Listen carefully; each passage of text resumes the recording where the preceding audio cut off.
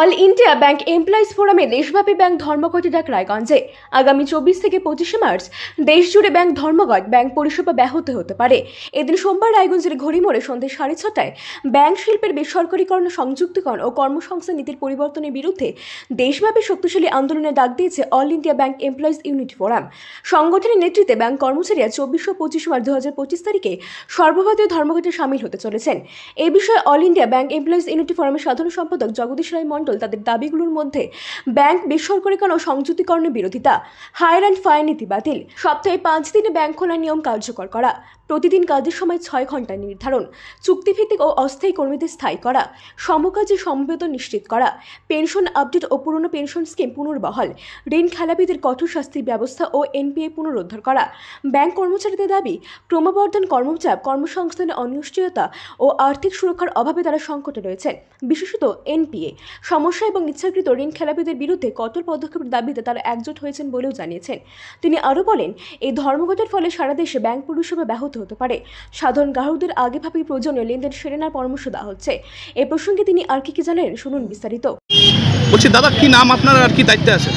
জগন্নাথ রায় মণ্ডল, আমি general secretary, all India bank employees unity forum.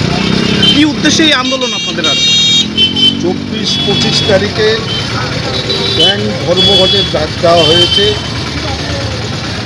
Your তরফ থেকে 9টি সংগঠন, এস্টাবলিশ সংগঠনের তরফ থেকে আমরা এই ধর্মঘটকে সমর্থন জানিয়েছি এবং সমস্ত কর্মচারীদের বলেছি সক্রিয়ভাবে এই ধর্মঘটে অংশগ্রহণ করতে হবে।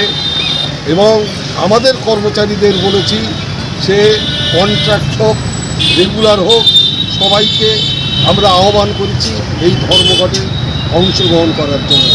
কিন্তু আমরা দাবি তুলেছি, যে দাবিটা ওই 9টি সংগঠন করেনি, যে প্রাইভেটাইজেশন ইমিডিয়েট টাস্ক হলো নো প্রাইভেটাইজেশন। ব্যাংক বেসরকারীকরণ হলে 1940-50 দশকের মতো হয়ে যাবে।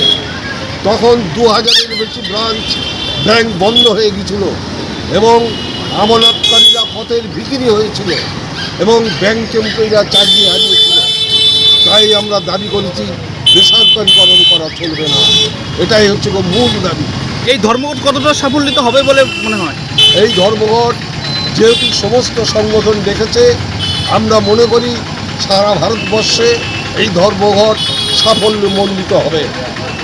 কেন্দ্রীয় সরকার তো সব বেসরকারীকরণ করে দিচ্ছে, সেই ব্যাপারটা কীভাবে দেখছেন?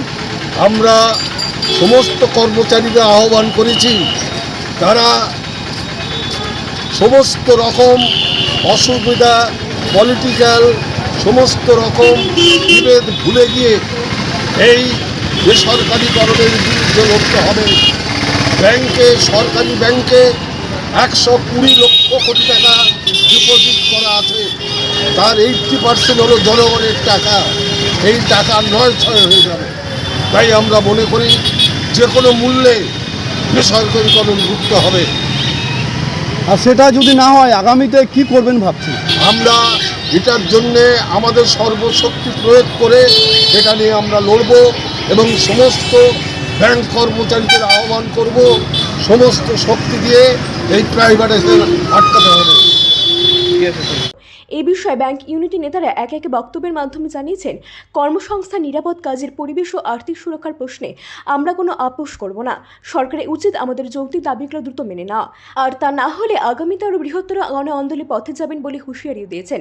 এই বিষয়ে দেশব্যাপী আন্দোলন কতটা প্রভাব ফেলবে তা এখন সময়ই বলবে। রায়গঞ্জ থেকে প্রণব কুমার দেবনাথের রিপোর্ট, আর বঙ্গ সংবাদ।